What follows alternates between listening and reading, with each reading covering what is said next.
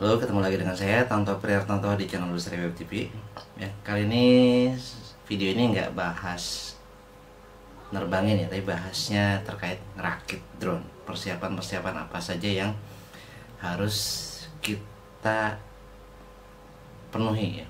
Karena ada beberapa pertanyaan ya. Yang pertama di pertanyaan dari Om Kartiwa ya. Beliau menanyakan terkait solder ya. Solder apa yang harus pakai, merek apa ya, suhunya berapa. Nah, kalau saya pakainya, kalau solder ini ya, solder Tupperware, harganya 35.000 dan ada pengatur suhunya kayak gini, ada pengatur suhunya ya, 35.000 dan saya pakai dua. Kenapa pakai dua ya? Karena pakai ujung yang berbeda ya. Yang satu ujungnya, sebentar, pakai ini autofocus. Nah, yang satu ujungnya seperti ini ya, kayak cutter. Yang satu lagi ujungnya runcing. Dan ini ujungnya bukan pakai ujung solder bawaan ya, karena ujung solder bawaan ini bentuknya seperti ini.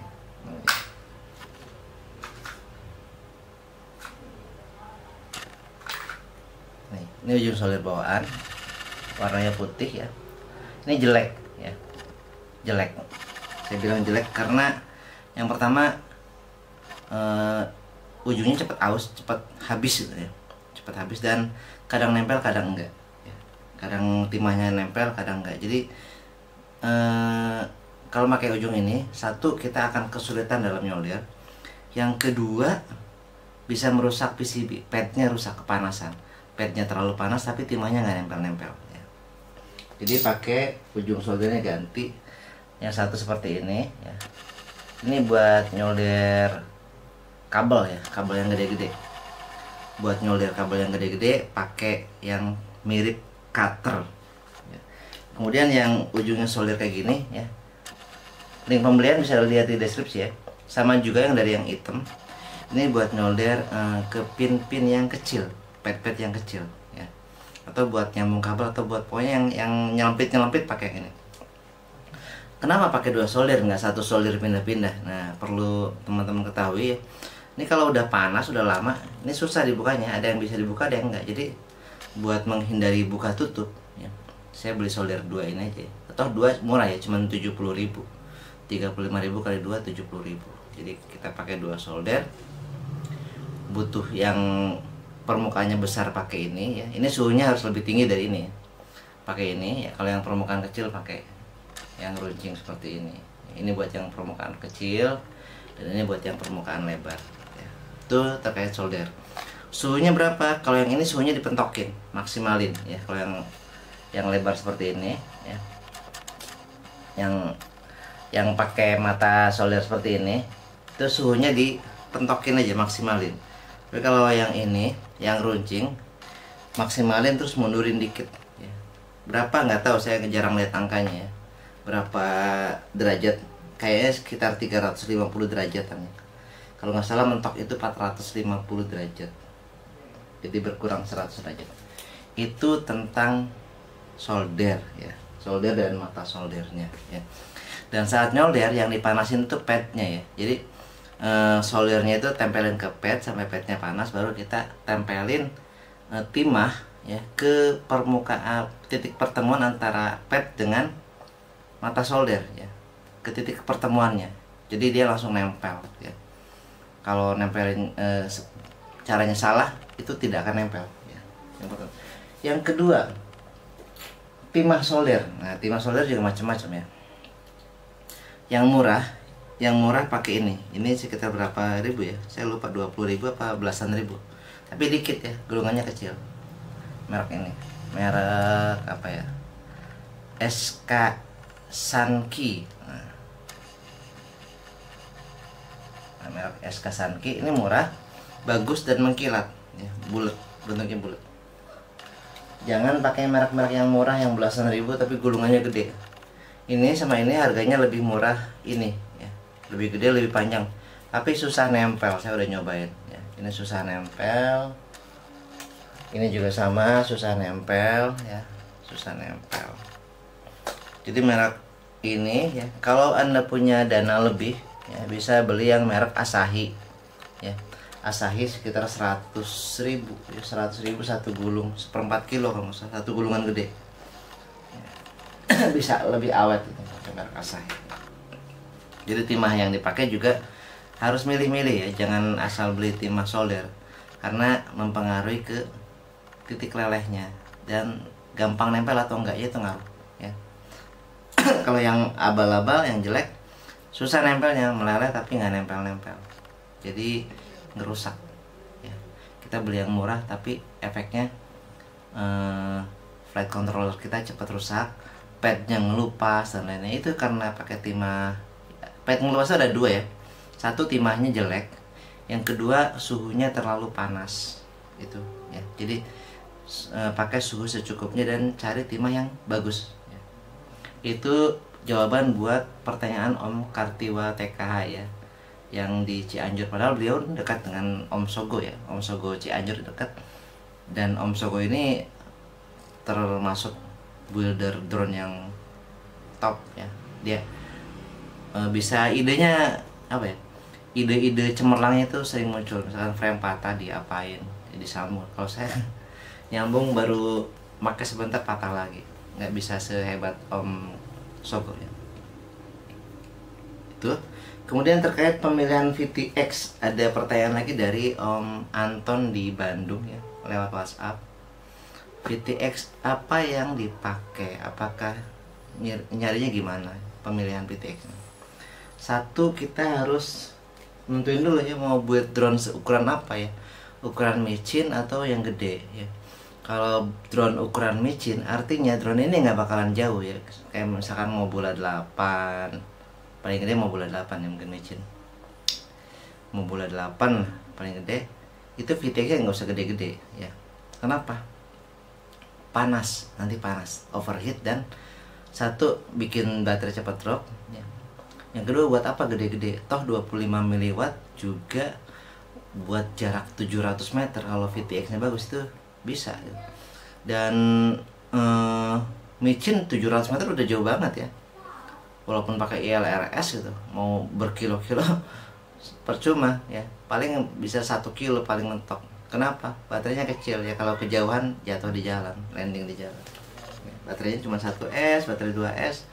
Ya ngapain nyari VTX yang gede. Nah, itu dari segi watt ya. Kalau drone-nya agak gede, misalkan 2,5 in ke atas, ini bisa cari yang wattnya agak tinggi ya, yang di atas 200 ya. Tujuannya bukan mau gede-gede aja, tapi memastikan nggak akan krepek-krepek gitu, memastikan minimal krepek-krepek, minim krepek-krepek ya. Jadi supaya minim krepek-krepek, nyaman di mata, itu VTX bisa digedein. Itu dari segi watt ya. Jadi watt makin tinggi belum tentu makin bagus ya, karena kalau nggak seimbang bukan meledos ya.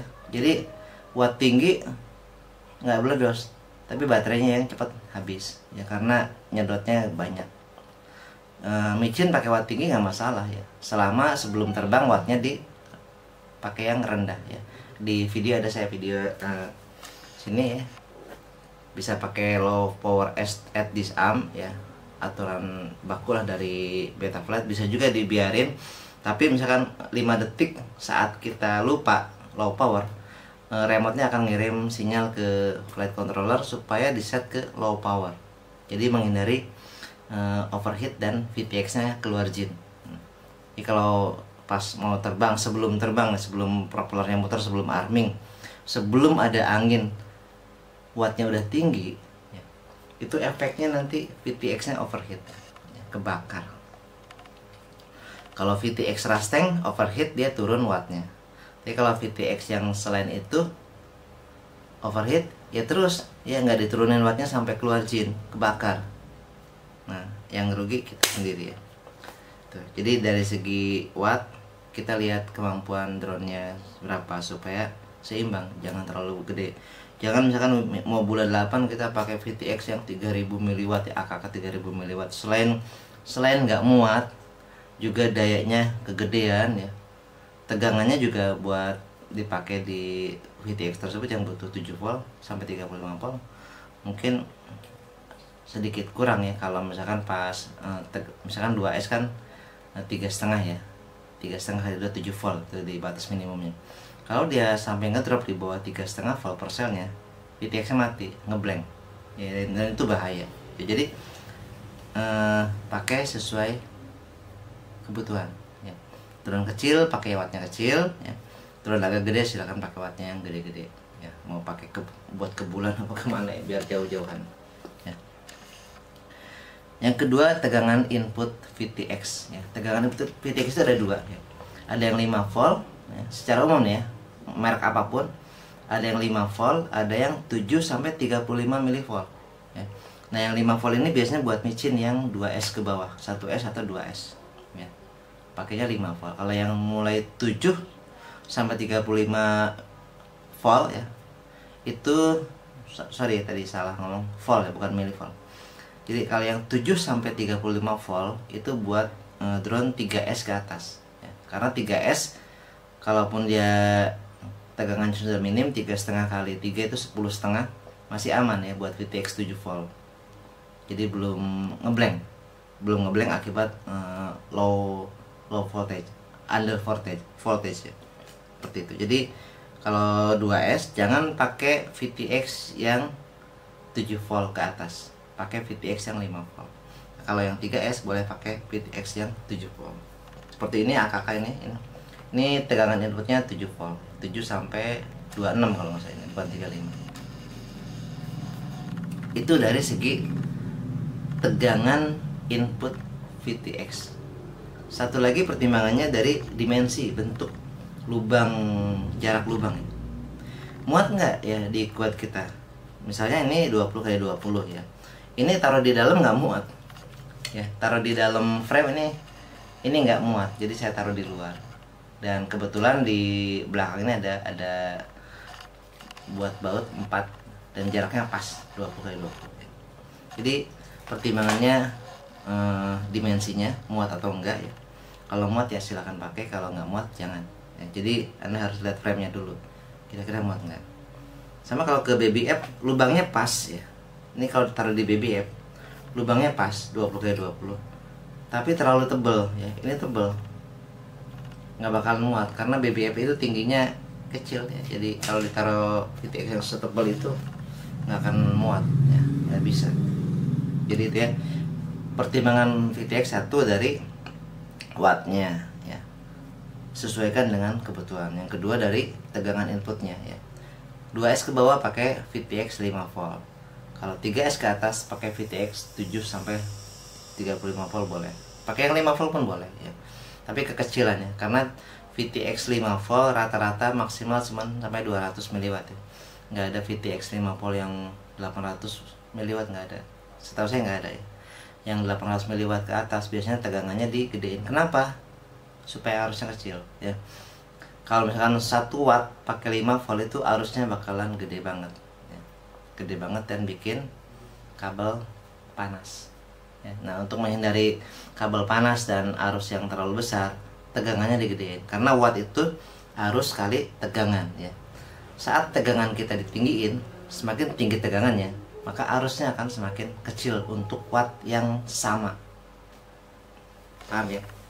Jadi semakin besar tegangan input VTX, arus yang dibutuhkan akan semakin kecil untuk watt yang sama.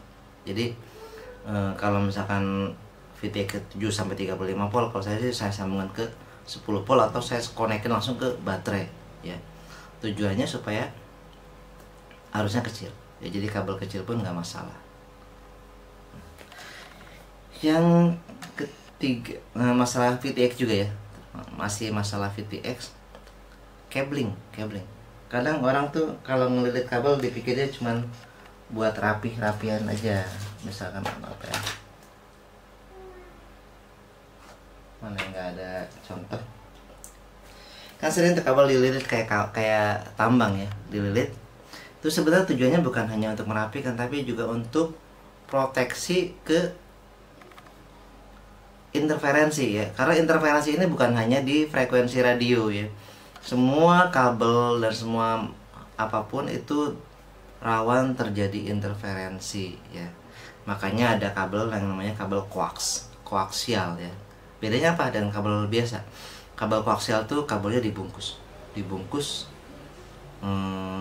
kayak ram kawat gitu ya, dibungkus lapisan logam ya, tengahnya satu, ada yang dua dan seterusnya ya. Tujuannya ya, yang pembungkus luar ini itu adalah ground, tegangan 0 volt ya. Dan itulah hebatnya tegangan 0 volt, kerennya tegangan 0 volt, powerfulnya tegangan 0 volt itu di situ ya. Dia bisa sebagai proteksi, bahkan petir pun ya, petir ya, tahu ya petir ya, geledek, thunder apa, petir itu anti petir apa? Hanya mengkoneksikan petir ke ground, ke tanah ya. Itu 0 volt. Tanah ini 0 volt paling sejatinya 0 volt itu adalah tanah ya. Referensi paling baik 0 volt itu adalah tanah ya. Nah, jadi sama untuk memproteksi, selain petir ya, untuk memproteksi interferensi ya, baik itu dari motor, interferensi dari gelombang elektromagnetik lain seperti dari remote ya, kemudian dari VTX ya, itu juga bisa menginterferensi kabel. Itu bagusnya kabelnya dipilin ya, dipilin. Kalau memungkinkan bisa pakai koaksial.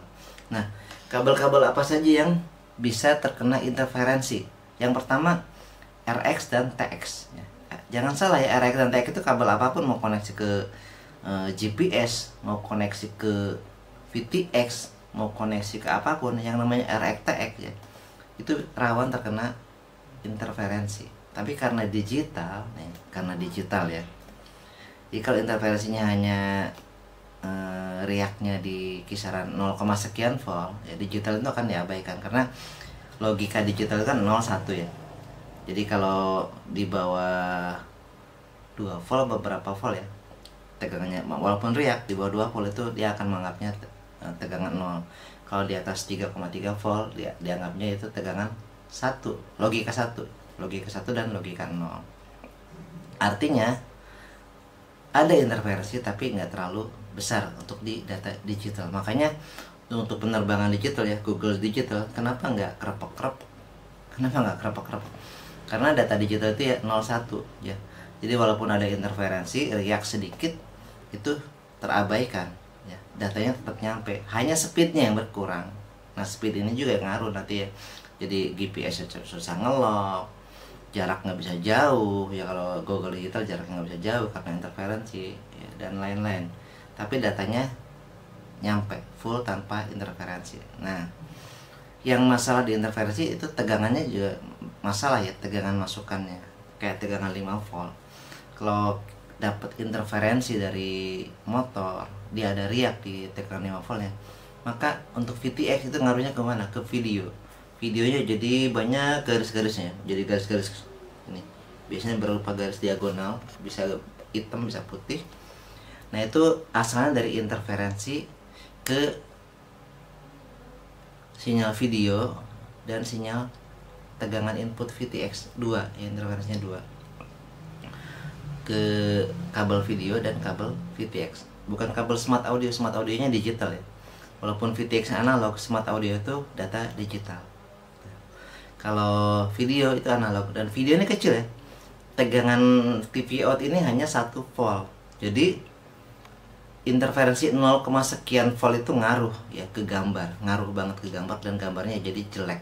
Nah, gimana untuk mengatasi hal ini ya?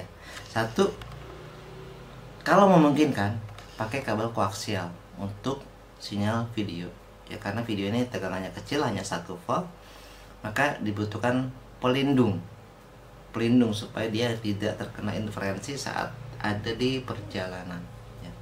Jadi pakai kabel koaksial kalau memungkinkan. Kalau nggak memungkinkan, antara kabel video dan kabel ground ya, yang hitam itu dipilin. Kebanyakan kita milihnya itu kabel ground sama kabel VCC ya, kabel tegangan input, misalkan yang 7 volt dan ground itu dipilih. Bukan salah ya, boleh aja, tapi nanti kabel videonya jadi tidak terproteksi ya. Kalau mau dipilih, kalau saya pilih 3 ya, VCC, ground, video, itu 3 kabel saya pilih, jadi terlindungi dua-duanya. Nah, Untuk mengurangi tegangan riak itu noise ya, tegangan riak di input VTX, ada yang nyaranin pakai LC ya. Kalau saya lihat sih LC filter itu kapasitornya kecil, yang cuma berapa nanofarad ya, kecil banget ya, jadi nggak ngaruh ke VTX itu, nggak ngaruh yang pakai LC filter. Saya udah pernah nyoba, nggak ngaruh ya. Jadi iklan pakai LC filter menurut saya sih bohong ya. Lebih bagus pakai elko. Nah, Om Kartiwan nanya lagi nih ya, berapa besar elko-nya? Makin besar makin bagus ya. Kalau muat misalkan elko di panel box listrik yang segede masuk ke drone muat, itu ya lebih bagus ya, lebih besar elko lebih bagus karena nyimpennya lebih bagus ya. Tapi kalau elko-nya kegedean, satu harganya bakalan lebih mahal dari baterai, yang kedua nggak muat tempatnya. Jadi yang wajar buat VTX itu paling 470 mikrofarad, 470 UF maksimal, itu udah kegedean ya. 470 tempatnya udah nggak muat. Tegangannya berapa? Tegangannya harus di atas tegangan VTX nya. Jadi misalkan kalau tegangan VTX nya pakai 4S nih ya, 25,2, jangan pakai elko 25 volt karena ada lebih 0,2 volt itu masalah buat elko nya, nanti lama-lama meledos ya. Jadi kalau VTX nya pakai 25 volt, maka elko nya pakai yang 35 volt ya, seperti itu.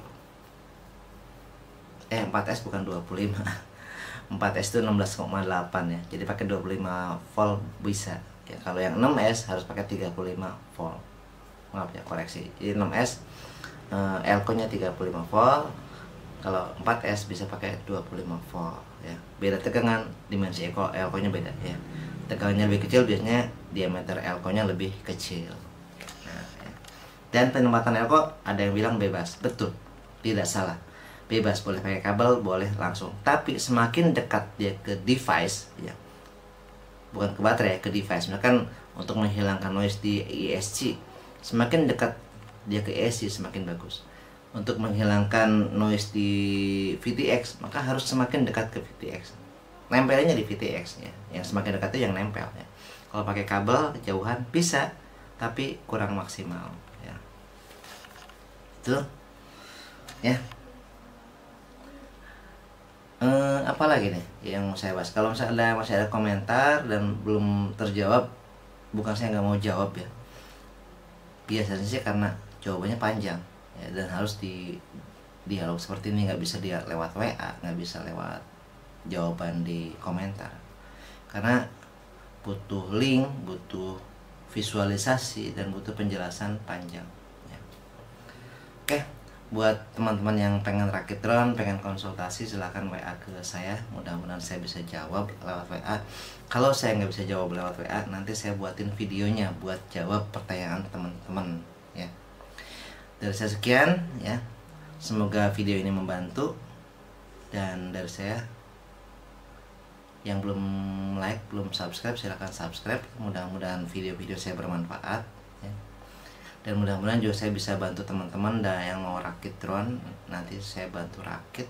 Terkait biaya terserah ya, mau ngasih 50.000 silakan, mau ngasih 100.000 silakan, mau ngasih 1 juta silakan, mau ngasih 3 juta, 10 juta silakan, bebas ya, sesuai kemampuan masing-masing, sesuai dengan kepuasan masing-masing ya. Karena nilai 100.000 buat si A dan buat si B itu bisa beda ya. Buat si A mungkin besar banget ya, buat si B 100.000 kecil, dia ngasih 300.000 nggak masalah ya, saya terima. Dan saya nggak pernah ngeluh kok si Anu cuma ngasih sekian. Yang saya ngeluh itu kalau dia janjiin tapi nggak ngasih ya. Jadi kalau misalkan Anda keuangannya kurang, jangan pernah menjanjikan, karena saya akan kecewa kalau dijanjiin ya. Jadi jangan pernah nyebutin akan gini akan gitu ya, menjanjikan sesuatu biar saya semangat, itu salah ya. Karena buat saya hal itu malah jadi malah nggak semangat ya. Jadi jangan pernah menjanjikan, minta tolong aja. Nanti misalkan Anda punya lebih, mau transfer silakan, mau enggak juga nggak apa-apa ya. Oke. Kemudian buat yang WA juga boleh ya, tapi biasanya saya kadang slow respon, kadang fast respon ya. Kalau misalkan slow respon ya sabar ya, karena saya juga punya urusan, punya kepentingan pribadi, dan nanti pas saya senggang saya balas seperti itu. Nah yang paling saya nggak suka juga, saya suka nih, ini buat teman-teman tahu aja, saya lebih suka ngasih tutorial, ngajarin orang tanpa dibayar dan orang itu jadi pinter. Itu saya senang ya. Dibanding dia ngasih ke saya bayaran kecil ya, kalau bayarannya gede sih nggak masalah ya, bayaran kecil cuma 20.000 30.000, tapi nanyanya itu lagi, skillnya nggak naik-naik. Mas ini gimana, kan kemarin saya udah jawab, kemarin saya udah ajarin, ya saya lupa. Nah itu saya paling nggak suka, paling benci hal seperti itu ya. Jadi seolah-olah ada Mas Tanto ini yang bisa jawab, nanti saya bayar 10.000 20.000 beres. Saya nggak suka seperti itu ya. Saya lebih suka Anda nggak bayar saya dan Anda pinter, Anda bisa melakukan sendiri, tidak merepotkan saya ya. Sekali saya jelasin, Anda paham, bisa mengaplikasikan, syukur-syukur Anda bisa ngajarin orang lain ya. Dan itu mudah-mudahan bisa jadi amal jariah buat saya, daripada Anda bayar saya 10.000 20.000 yang buat makan aja nggak cukup, tapi Anda ngandelin saya seolah-olah jadi kayak babu ya. Nah, itu saya nggak suka ya. Silakan tanya, saya ajarin dan pahami bener-bener ya. Kalau nggak paham saat itu tanya, ini kenapa gini, kenapa gitu, nanti saya jawab juga ya. Dan saya senang kalau Anda jadi lebih pinter ya. Saya senang kalau teman-teman semua jadi lebih pinter dari sebelumnya, karena saya ajarkan sesuatu walaupun itu kecil ya, tapi kalau manfaatnya besar buat Anda dan buat teman-teman Anda, saya sangat senang ya, alhamdulillah. Nah, dari saya sekian ya. Yang mau konsultasi drone silahkan lewat WA, yang butuh bantuan boleh ke rumah ya, boleh ke rumah main, boleh ngobrol-ngobrol dan lain-lain, ke kantor juga boleh insya Allah ya. Kalau saya lagi senggang ya, kalau lagi sibuk ya mungkin agak ini, jadi kalau mau ke kantor ngobrol-ngobrol di kantor boleh, tapi WA dulu ya, saya ada jadwal apa enggak ya. Oke, dari saya sekian. Yang belum like silakan like, yang belum subscribe silakan subscribe. Akhirul kalam, wassalamualaikum warahmatullahi wabarakatuh. Salam sukses dan salam sehat selalu.